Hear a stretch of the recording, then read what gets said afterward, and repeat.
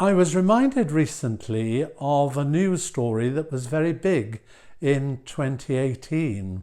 In June of that year, a young Thai football team made up of young teenagers went caving. And while they were caving, there were flash floods, and the team and their coaches found themselves trapped in a cave. As time went by, their torches and their lights gave out, and the boys were engulfed in darkness, pitch black. And they had nothing to do but wait. They didn't even know whether anyone knew where they were.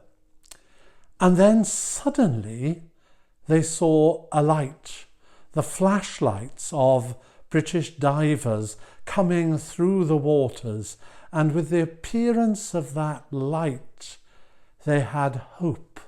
They knew that they'd been found and that the possibility of rescue had arrived.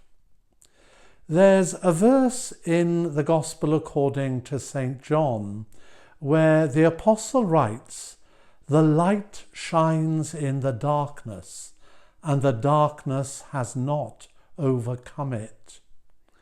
And the Christian message is that in the midst of the darkness of the world, in the midst of a world in which there are wars and injustices and famine and hurt, that in the midst of the darkness of the world, God sends us a light.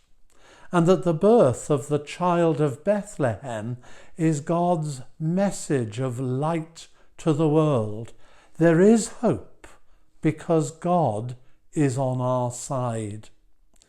And that's the Christian message of hope that's inspired people even 2,000 years later.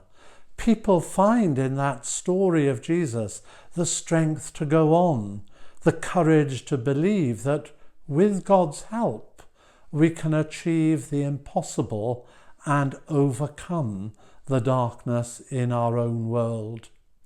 There could be no greater Christmas message, and I hope that the birth of Jesus in Bethlehem will be a light to you in the midst of whatever circumstances you have, to know that God is on our side and that with his help we will be able to vanquish all that is dark in our world.